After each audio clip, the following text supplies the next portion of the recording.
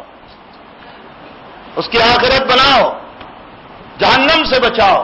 میرے بھائیوں، آج امت کا اکثر طبقہ جہنم کی طرف جا رہا ہے. اکثر طبقہ جہنم کی طرف جا رہا ہے. کوئی چھوٹی سی سوسائٹی لے کر بیٹھ گیا ہے کہ میں تو بہت ڈونیشن کر رہا ہوں اور لوگوں کے بچوں کو پڑھوا رہا ہوں اور میں بڑا اکرام کر رہا ہوں. ادھر ظاہر میں مالی اعتبار سے تو اکرام ہو رہا ہے، لیکن وہی بچہ دین کے نہ ہونے کی بنیاد پر، اللہ نہ ہونے کی بنیاد پر، رسول نہ ہونے کی بنیاد پر مذہب ہندویت کو اختیار کر کے جا رہا ہے جہنم کی طرف. اللہ معاف فرمائے. 95% بے نمازی ہے، 95%. اور معاملات میں 100% ہمارے اندر کمی ہے. 100%.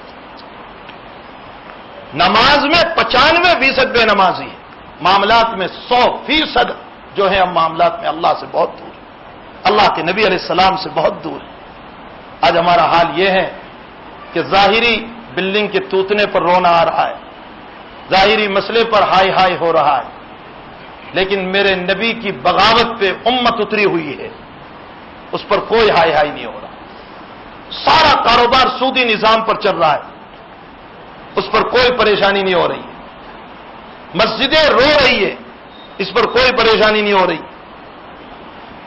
میٹر کہہ کر گزوں پہ کپڑے بیچے جا رہے ہیں، دھوکہ دیا جا رہا ہے امت کو، اس پر ہمیں کوئی پریشانی نہیں ہو رہی. میرا نبی بازار میں گیا، یوں ہاتھ ڈالا گیہوں میں، اندر میں گیلے گیہوں تھے. فرمایا یہ ایسا تو نے کیوں کر دیا؟ فرمایا یا رسول اللہ رات میں کچھ مال بک گیا تھا تو میں نے مکس کر دیا، اس لیے کہ گیلا مال کون خریدتا. آقا صلی اللہ علیہ وسلم نے فرمایا من غشنا فلیس منا، جو میری امت کو دھوکہ دے وہ میرا نہیں ہو سکتا ہے. میرا نبی بازار گیا، آقا صلی اللہ علیہ وسلم نے مارکیٹ کے حالات کو دیکھے اور حالات کو دیکھ کر فرمایا کوئی اپنے مسلمان بھائی کے بھاؤ پر بھاؤ نہ بڑھائے. بہت بڑا مسئلہ ہے.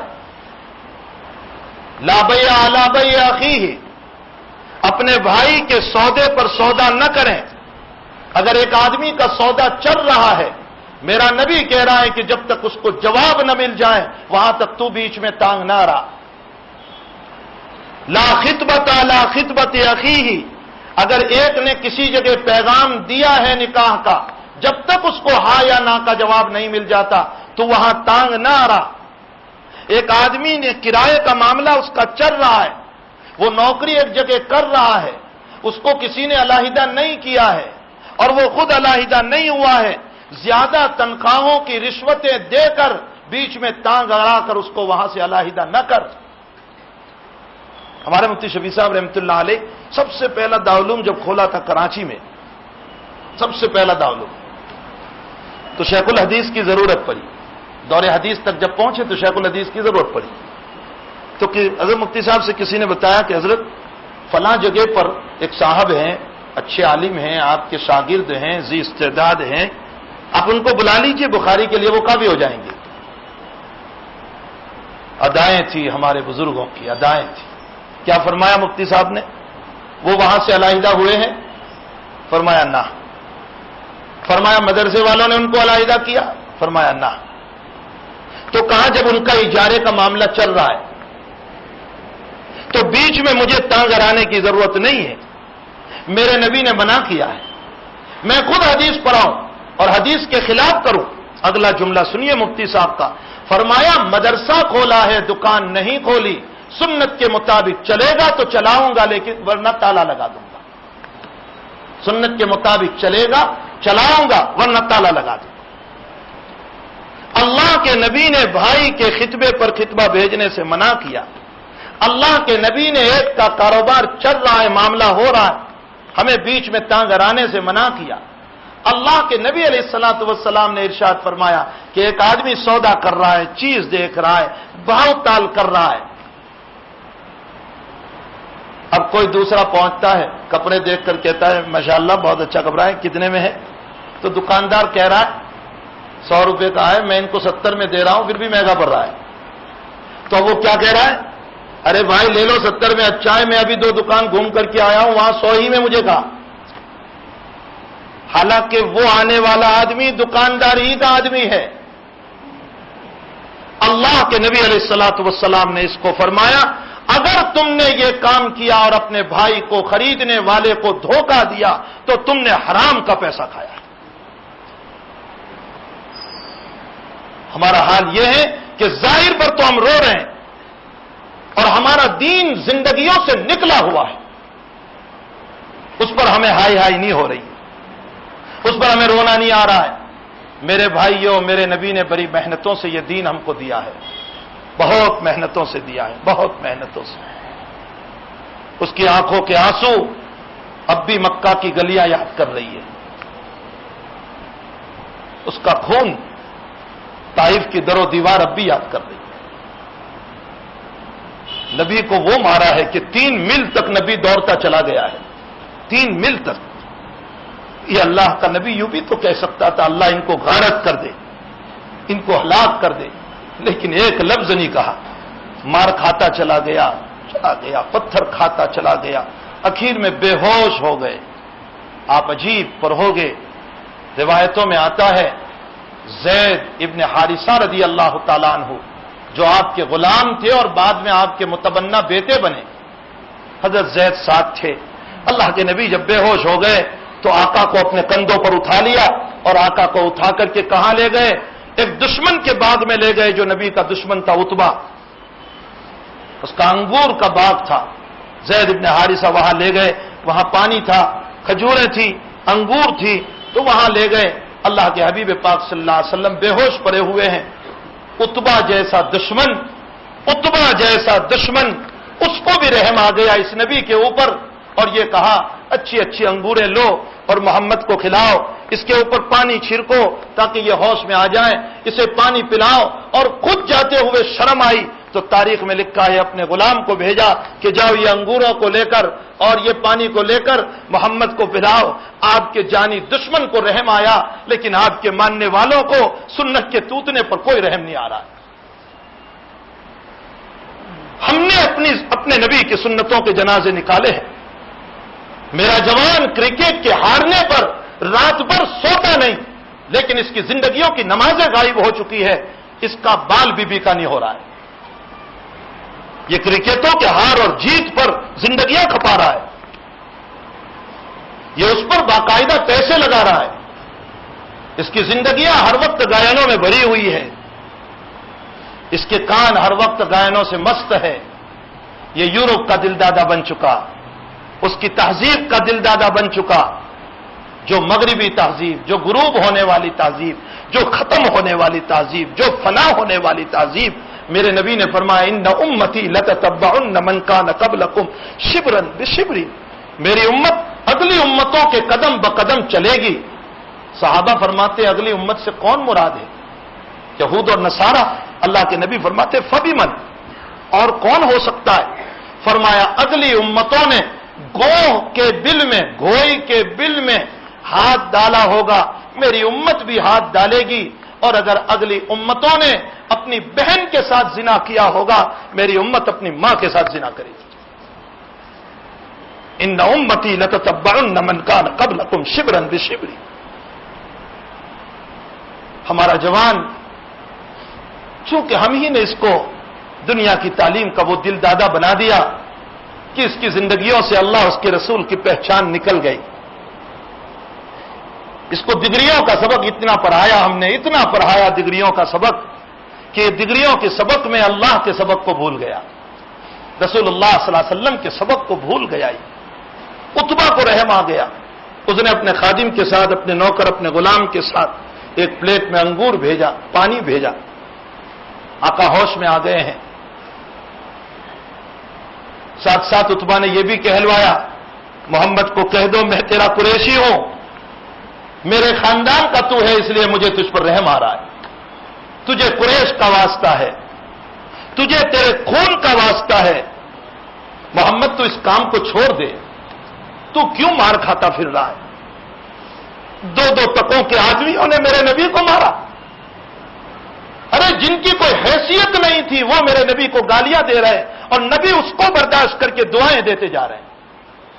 ایک ایک تکے کے آدمی، اوباش قسم کے، بدماش قسم کے، آج کی اصطلاح میں کہہ لو جن کی کوئی حیثیت نہیں، جو ایک ایک تکے کے آدمی تھے، وہ مار رہے ہیں اور نبی اس کو برداشت کرتے جا رہے ہیں۔ شاہ ولی اللہ صاحب رحمۃ اللہ علیہ فرماتے کہ فرشتوں کا آنا اس بات کی دلیل ہے کہ ظلم کی حد ہو چکی تھی، اس لیے کہ آسمانی دنیا میں تب خلبلی مچتی ہے جب دنیا میں ظلم کی انتہا ہوتی ہے۔ یہ طائف میں ظلم کی انتہا ہو چکی تھی، اس کے پہاڑ گواہ ہیں۔ قرآن تو یہ کہہ رہا ہے کہ پہاڑ اور پتھر سخت دل ہوتے ہیں، لیکن طائف کے پتھروں کو بھی رونا آ گیا، پہاڑوں کو بھی رونا آیا، اور فرشتے آ کر کہہ رہے ہیں اللہ کے نبی اگر اجازت ہو تو دو پہاڑوں کے بیچ میں چورا کر دیں، اور آپ کہہ رہے ہیں کہ یہ جانتے نہیں اس لیے مار رہے ہیں۔ آقا کے جملے شاہ ولی اللہ صاحب نے نقل فرمایا اللہ کے نبی نے یہ بھی فرمایا اللہم اہد قومی فإنہم لا یعلمون، یہ نہیں جانتے اس لیے مار رہے ہیں، اے اللہ مجھے ان سے گلہ نہیں ہے، مجھے تو تجھ سے گلہ ہے، اگر تو نے اتنی مار کے بعد بھی ان کو ہدایت نہیں دی، مجھے تجھ سے گلہ ہے، تو ان کو ہدایت دے دے، تو ان کو نواز دے۔ عتبہ کا پیغام لے کر خادم پہنچا، انگور پیش کیے، پانی پیش کیا، آقا صلی اللہ علیہ وسلم پانی پی رہے ہیں، کچھ کھایا، مسکراہٹیں آ گئی، اور خادم سے پوچھ رہے ہیں اچھا چلو کوئی اور نہیں آیا تو ہی آ گیا، تمہارا نام کیا ہے؟ اس نے اپنا نام بتایا، کہاں کے رہنے والے؟ کہا نینوا کے۔ فرمایا تم تو میرے بھائی یونس کے گاؤں کے رہنے والے ہو، حضرت یونس علیہ الصلوۃ والسلام۔ تو وہ نوکر پوچھنے لگا تم یونس کو جانتے ہو؟ فرمایا ہاں میرے اللہ نے مجھ کو بتایا ہے کہ یونس علیہ السلام ایک نبی گزرے ہیں اور ان کا پورا واقعہ مجھے بتایا ہے۔ فرمایا میرا بھائی یونس بھی اسی دعوت کو لے کر آیا تھا اور میں بھی اسی دعوت کو لے کر کے آیا ہوا ہوں، میرا کلمہ تو پڑھ لے، اگر تو میرا کلمہ پڑھ لے گا تو اس صورت میں یہ ساری مار میں ہنستے ہوئے برداشت کر لیتا ہوں، بہت سستا سودا ہو جائے گا۔ لیکن اس خادم نے یہ کہا میں عتبہ کے تابع ہوں، میرا آقا اور میرا مالک جو ہے مجھے قتل کر دے گا، میں اس وقت تو کچھ نہیں کہہ سکتا ہوں، لیکن آپ کی دعوت کو دل میں بساتا ہوں، موقع رہا میں بعد میں ضرور آپ کی خدمت میں آؤں گا۔ میرے بھائیوں، اللہ کے حبیب پاک صلی اللہ علیہ وسلم کی یہ محنتیں، یہ کاوشیں، یہ کوششیں، یہ رات دن کا رونا اس امت کو بنانے کے لیے تھا، اور اس لیے تھا تاکہ یہ امت اللہ کے نبی کے دین کو لے کر قیامت تک چلنے والی بنے۔ کیا آقا کو یہ چیزیں مار کھانا اچھا لگ رہا تھا؟ کیا پریشان ہونا اچھا لگ رہا تھا؟ پتھر کھانا اچھا لگ رہا تھا؟ خباب ابن عرت مکی زندگی ہے، کعبۃ اللہ کے سائے میں اللہ کے حبیب پاک صلی اللہ علیہ وسلم قرفصا کی بیٹھک بیٹھے ہوئے، کرفسا کس کو کہتے ہیں؟ یوں دونوں پاؤں اونچے کر کے سرین کو زمین پر رکھ کر یوں پاؤں کے ساتھ ہاتھ باندھ کر جو بیٹھتے ہیں، اللہ کے حبیب یوں بیٹھے ہوئے اور چادر اوڑی ہوئی ہے، کعبۃ اللہ کے سائے میں بیٹھے ہیں۔ خباب روتے ہوئے آئے، فرمایا یا رسول اللہ بد دعا کر دیجئے، یا آگ پر سو کر کے آیا ہوں، بد دعا کر دیجئے۔ تو حضرت اللہ کے نبی کیا فرماتے ہیں؟ خباب، اتنی سی مصیبت پر تم مجھ سے بد دعا کرا رہے ہو، تم سے پہلے نبیوں کو اور ان کے ماننے والوں کو ان کی امتوں نے کھڑا کیا اور آروں کے ذریعے سے 2 ٹکڑے کر دیے، اور تم اتنی مصیبت پر میرے پاس بد دعا کرانے آ گئے۔ میرے اللہ نے مجھ کو ایک دعا دی ہے، سارے نبیوں نے اس دعا کو استعمال کر لیا، لیکن میں اپنی اس مستجاب دعا کو قیامت کے دن استعمال کروں گا۔ انی خبات دعائی، میں نے اپنی اس دعا کو چھپا لیا۔ فرمایا قیامت میں کیسے استعمال کریں گے؟ اللہ کے حبیب پاک صلی اللہ علیہ وسلم فرماتے ہیں جب کوئی حساب کتاب کے مسئلے میں آگے نہیں بڑھے گا، کوئی سفارش کرنے والا نہیں ہوگا، کوئی نبی اللہ کے سامنے دم زدن نہیں کر سکے گا، کوئی نہیں بول سکے گا، اس وقت محمد ابن عبداللہ آگے چل کر سجدہ کر کے لوگوں کے حساب کتاب کے معاملے کو شروع کرائے گا اور سفارش کرے گا۔ میں اپنی اس دعا کو سفارش کی شکل میں قیامت کے دن استعمال کروں گا۔ اگر ابھی استعمال کر لی تو میری امت کو فائدہ ہوگا، قیامت میں استعمال کروں گا تو آدم تک کی ساری ذریت کو فائدہ ہوگا۔ میں رحمت للعالمین ہوں، میری اس دعا کا فائدہ سارے انبیاء کو ہونا چاہیے، سارے انبیاء کے نبیوں کو ہونا چاہیے، سارے انبیاء کی امتوں کو ہونا چاہیے۔ میرے بھائیوں، یہ امت بڑی محنت سے بنی، بڑی محنت سے بنی، اور اس امت کو کلمے پر بنایا ہے اور کسی چیز پر نہیں بنایا۔ کنتم خیر امۃ اخرجت للناس تأمرون بالمعروف وتنہون عن المنکر وتؤمنون باللہ یثبت اللہ الذین آمنوا بالقول الثابت فی الحیات الدنیا وفی الآخرہ۔ یاد رکھو، یہ کلمہ دنیا میں بھی زندہ رہے گا، آخرت میں بھی زندہ رہے گا۔ کلمے والا بھی دنیا میں بھی زندہ رہے گا، آخرت میں بھی زندہ رہے گا۔ اللہ یہ کہنا چاہتے ہیں کہ اگر تم کلمے سے منہ موڑو گے تو بگڑے گا تمہارا، میرا نہیں بگڑنے والا ہے، تمہارا بگڑے گا۔ اور کلمے کی طرف آؤ گے تو تمہاری دنیا بھی بنے گی، آخرت بھی بنے گی۔ میرے نبی نے بنی اسرائیل کا ایک واقعہ پیش کیا۔ ایک بادشاہ نے ایک جادوگر رکھا تھا، جادوگر برا ہو گیا تو بادشاہ سے کہنے لگا کہ بادشاہ سلامت، میں برا ہو گیا ہوں، کب مر جاؤں کچھ پتہ نہیں، کوئی اچھا لڑکا میرے حوالے کر دو تاکہ میں جادو سکھا دوں اسے۔ تو ایک ذہین فتین لڑکا حوالے کیا۔ اب وہ بچہ جب جانے لگا تو راستے میں ایک راہب کا مکان آتا تھا، پادری، یہودیوں کا عالم، اس کا مکان آتا تھا۔ اس کو اس عالم کی باتیں اچھی لگی تو وہاں مجلس میں بیٹھ جاتا تھا۔ ساحر کے وہاں دیر ہوتی تھی تو ساحر پتائی کرتا تھا۔ اس نے راہب سے آ کر شکایت کی کہ ساحر میری پتائی کرتا ہے، تو راہب نے راستہ بتایا۔ مسلم شریف کی یہ پوری روایت ہے۔ راہب نے راستہ بتایا کہ جب تو ساحر کے پاس جاوے اور دیر ہو جاوے تو یوں کہنا کہ میرے ماں باپ نے کام میں لگا دیا تھا تو دیر ہو گئی، اور ماں باپ کے پاس جاوے اور دیر ہو جاوے تو یوں کہنا کہ جادوگر نے کام میں لگا دیا تھا تو دیر ہو گئی۔ تو دونوں طرف سے بچ جائے گا، میری مجلس میں آیا کر۔ وہ آتا رہا آتا رہا، ایک مرتبہ بہت بڑا جنگلی جانور آ گیا بستی میں، کسی سے مر نہیں رہا تھا۔ اس نوجوان نے کھڑے ہو کر یوں کہا کہ اگر راہب کا مذہب سچا ہے اور اس کا خدا سچا ہے تو اے خدا تو اس جانور کو ختم کر۔ وہ جانور اسی وقت ختم ہو گیا۔ اب اور یقین ہو گیا۔ اللہ کے حبیب پاک صلی اللہ علیہ وسلم فرماتے ہیں کہ اب لوگ اپنی بیماریوں میں دعا کے لیے آنے لگے۔ کوئی نابینا تھا تو بینا ہو گیا، کوئی کوڑی تھا تو اچھا ہو گیا۔ لیکن جب کوئی آتا تو اللہ وہ نوجوان یہ دعوت دیتا تھا کہ دیکھو میں کچھ نہیں کر رہا ہوں، اللہ کر رہا ہے، اس پر ایمان لے آؤ۔ جب کوئی آتا تھا تو کہتا تھا ایمان لے آؤ۔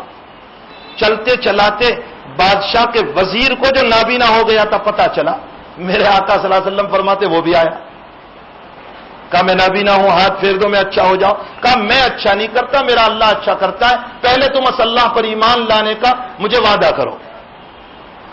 ہاتھ پھیرا، اچھا ہو گیا، وعدے کے مطابق ایمان لے آیا۔ وزیر نے جا کر بادشاہ کو بات بتا دی۔ بادشاہ نے کہا کہ میرے ملک میں اللہ کون ہوتا ہے؟ چونکہ وہ غیر کا پرستار تھا، کفر میں ڈوبا ہوا، میرے ملک میں کون ہوتا ہے؟ بچے کو بلایا، قید کر دیا۔ راہب کو بلایا، اور منشار آرا لیا، میرے نبی فرماتے زندہ 2 ٹکڑے کر دیے، اور بچے کو کہا تیرا حسر یہی ہوگا، لیکن بچے نے کہا کہ نہیں، میرا اللہ میرے ساتھ ہے، کہا اس کو پہاڑ پر لے جا کر گرا دو۔ اللہ کے حبیب پاک صلی اللہ علیہ وسلم فرماتے ہیں گرانے والے خود گر گئے، وہ صحیح سلامت آ گیا۔ بادشاہ نے کہا سمندر میں لے جا کر ڈبو دو، ڈبونے والے خود ڈوب گئے، یہ واپس آ گیا، مر نہیں رہا ہے۔ بادشاہ نے کہا اب تیری موت کا کوئی راستہ تو ہی بتا۔ اس نے کہا کہ میدان میں مجھے کھڑا کرو، مجھے آپ مارنا ہی چاہتے ہیں؟ کہا مرنا تو ہے، چھوڑیں گے نہیں تجھے۔ کہا میدان میں مجھے کھڑا کرو اور ساری بستی کو جمع کرو، اور مجھے یہ کہہ کر تیر مارو کہ اس غلام کے رب کے نام سے ہم مار رہے ہیں، بسم اللہ پڑھ کر کے ہم تیر مار رہے ہیں، اللہ کے نام سے مار رہے ہیں، یہ پڑھ کر کے مارو، میں مر جاؤں گا۔ بیچ میں میدان میں کھڑا کیا، سارے لوگ جمع ہو گئے، تیر مارا بسم اللہ پڑھ کر، غلام کے رب کے نام سے تیر لگا، وہ شہید ہو گیا، دنیا سے رخصت ہوا۔ میرا نبی کہہ رہا ہے کہ پورا مجمع ایمان لے آیا کہ ہم اسی کے رب پر ایمان لاتے ہیں۔ امام مسلم نے اس واقعے کو پیش کیا کہ مومن کی شان یہ ہوتی ہے کہ حیات میں تو دائی ہوتا ہے، مرتے مرتے بھی دائی ہوتا ہے، اس کی دعوت مرتے ہوئے بھی نہیں چھوٹتی۔ اور یاد رکھو دعوت سے کسی کو فائدہ نہ ہو دائی کو تو یقیناً فائدہ ہوتا ہے۔ یہ جملہ یاد رکھنا حضرت امام انعام الحسن صاحب رحمۃ اللہ علیہ کا ہے، دائی سے کسی کو فائدہ نہ ہو، دائی کی دعوت سے کسی کو اگر فائدہ نہ ہو، دائی کو ضرور فائدہ ہوگا۔ قرآن کی پہلی ہی آیت لے لو، اللہ تعالیٰ قرآن کریم میں فرماتے ہیں میرے پیغمبر انذرتہم ام لم تنذرہم لا یؤمنون، یہ لوگ جو ہے نا، آپ ان کو ڈرائیں یا نہ ڈرائیں یہ ایمان لانے والے نہیں ہیں۔ پھر نبی کیوں تبلیغ کر رہے ہیں ان کو؟ جب اللہ نے فیصلہ کر دیا کہ یہ ایمان لانے والے نہیں ہیں، پھر نبی کیوں تبلیغ کر رہے ہیں؟ میرا نبی اس کا خود جواب دے رہا ہے، فرمایا ان کے مقدر میں تو کفر کا محل لگ چکا ہے، لیکن میرا ثواب تو یقیناً مجھے مل جائے گا۔ دائی کو اپنی دعوت کا ثواب ضرور ملتا ہے، دائی کا قلب انشاءاللہ روشن ہو کر رہتا ہے، دائی کے یقین میں پختگی آتی جاتی ہے، بولتے رہتے ہیں تو قلب مضبوط ہوتا چلا جاتا ہے۔ اس لیے قرآن کریم میں اور ایک واقعہ اللہ نے پیش فرمایا بنی اسرائیل میں اللہ نے جب سنیچر کے دن کاموں کو حرام کیا تو مچھلیاں پکڑنے لگے۔ کچھ لوگ دعوت و تبلیغ کے لیے پہنچے کہ بھائی ایسا نہ کرو عذاب اترے گا۔ وَإِذْ قَالَتْ أُمَّةٌ مِّنْهُمْ لِمَ تَعِظُونَ قَوْمًا اللَّهُ مُهْلِكُهُمْ أَوْ مُعَذِّبُهُمْ عَذَابًا شَدِيدًا، تو ایک قوم کہنے لگی ارے چھوڑو جانے دو، جہنم کی بھار میں چلے جائیں یہ لوگ، کیا تبلیغ کرنے کی ان کو ضرورت ہے؟ تو کیا جواب دیا تبلیغ والوں نے، جماعت والوں نے؟ جو جا رہے تھے انہوں نے کہا ان کو فائدہ ہو یا نہ ہو اللہ ہم کو تو ضرور تبلیغ کا ثواب عطا کرے گا، اور ممکن ہے کہ اللہ ہمارے کلمے پر ان کو ہدایت بھی دے دے، لعلکم یہتدون، امید ہے کہ اللہ ان کو ہدایت بھی دے دے۔ میرے بھائیوں، مقدر میں جس مدعو کے ہدایت ہوگی وہ اپنی جگہ ملے گی اس کو، اگر مقدر میں نہیں ہوگی تو نبی کی دعوت پر بھی ابو طالب کو نہیں ملی ہے، لیکن دائی کو اپنا فائدہ ضرور ہونے والا ہے۔ اس لیے ہمیں اللہ کے نبی نے دائی بنایا ہے، ہم حیات میں بھی دائی رہیں گے، مر رہے ہوں گے تو بھی دائی بن کر جائیں گے۔ حضرت عمر دنیا سے رخصت ہو رہے ہیں، ایک بدو اور دیہاتی آیا، حضرت عمر کی بڑی تعریف کی، فرمایا آپ تو ایسے ویسے، اللہ کے نبی آپ سے راضی، آپ عشرہ مبشرہ میں سے، دین اتنا پھیلایا آپ نے۔ اللہ کا یہ پیارا بندہ کیا کہہ رہا ہے؟ میرے بھائی میری بہت تعریف نہ کر، لا لی ولا علیہ، میں اپنے ثواب کا بدلہ نہیں چاہتا ہوں، میں تو اللہ سے اتنا چاہتا ہوں کہ وہ میری پکڑ نہ کرے، بس میری پکڑ نہ کرے، میں اتنا صرف اللہ سے چاہ رہا ہوں۔ جب وہ جانے لگا تو حضرت عمر نے بلایا ادھر آ، میرے بھائی تیرا پجامہ تخنوں سے نیچے ہے، دنیا سے رخصت ہو رہا ہے اللہ کا بندہ، فرمایا تیرا پجامہ تخنوں سے نیچے۔ اسے دو نقصان، دنیا کا بھی دین کا بھی۔ دنیا کا نقصان یہ ہے کہ کپڑا خراب ہوگا، اور دین کا نقصان یہ ہے کہ اللہ تیری طرف قیامت میں نگاہ شفقت نہیں فرمائے۔ اس کو اٹھا لے اوپر، اپنی لنگی، اپنا پجامہ، اپنا پینٹ، اپنا جبہ اوپر اٹھا، دنیا سے بندہ جا رہا ہے، اللہ کی دعوت کو لے کر کے دنیا سے جا رہا ہے۔ حدیثوں میں آتا ہے کہ جب آپ کا آخری وقت ہے تو اپنے بیٹے عبداللہ ابن عمر کو فرمایا، بستر سے مجھے زمین پر سلا دو اور میرے سر کو اپنی گود سے زمین پر رکھ دو، اس لیے کہ اب تو عمر کو زمین ہی پر سونا ہے۔ میرے بھائیوں، یہ ہمارے اکابر کی صحابہ کی زندگیاں دعوت و تبلیغ کے باب میں، جنہوں نے اپنے آپ کو اس دین کے لیے بہت کھپایا ہے، بہت روئے ہیں ہمارے اکابر، ہمارے آقا صلی اللہ علیہ وسلم، اور اس امت کو دائی بنا کر کے چھوڑا ہے۔ ہمیں داعیانہ صفت کے ساتھ زندگی گزارنا ہے، ہم دعوت والے ہوں گے، اور اگر ہم نے دعوت دینا چھوڑ دیا تو باطل طاقتیں ہمیں دعوت دے گی اور دے گی۔ اور کیسی دعوتیں دے گی باطل طاقت؟ ایک وقت آئے گا، اللہ نہ کرے، اللہ حفاظت کرے، اللہ حفاظت کرے، اگر داعیانہ صفت نہیں ہے تو لوگ باطل طاقتوں کی بنیاد پر کہیں ہم ایمان نہ چھوڑ بیٹھے، مسائل کھڑے ہو جاتے ہیں۔ اس لیے داعیانہ صفت اپنی زندگی میں رکھو، اور اس کے لیے اللہ نے ہم کو ایک عظیم کام دیا کہ جس کام کے تحت ہم اپنی داعیانہ صفت اپنی زندگی کو بنا سکتے ہیں، ہمارے معاملات بھی درست ہوں گے، ہماری عبادتیں بھی درست ہوگی، ہمیں کاروبار کے سلیقے آئیں گے، ہمیں کھیتیوں کے طریقے آئیں گے، اللہ سے رونا نصیب ہوگا، تہجد کے ذوق نصیب ہو جائے گا، صف اول میں نماز پڑھنا نصیب ہوگا، جماعت سے نماز پڑھنا نصیب ہوگا، اور کچھ آنسو اللہ کے لیے بہانے والے بن جائیں گے۔ اس لیے میرے بھائیوں، اس فتنے کے دور میں ہماری زندگیوں کو بنانے کے لیے اللہ نے یہ عظیم کام دیا ہے، ہمیں چاہیے کہ اس کام سے جڑیں، اپنے وقت کو نکالیں۔ ہم نہیں نکالیں گے، ایک وقت موت کا جھٹکا زبردستی نکالے گا ہمیں۔ اس دن کے آنے سے پہلے اپنے اختیار سے میرے بھائیوں نکلو، اور اللہ کے راستے میں 4 مہینہ چلہ کی جو ترتیبیں ہماری چلتی ہے، ان ترتیبوں کے مطابق اپنے آپ کو لگاؤ۔ یہ وقت تو کل گزر جائے گا، لیکن اللہ کے راستے میں لگا ہوا وقت انشاءاللہ کبھی ضائع نہیں ہوگا۔ بتاؤ بھائی، اس کے لیے کون تیار ہے؟ بتاؤ بھائی۔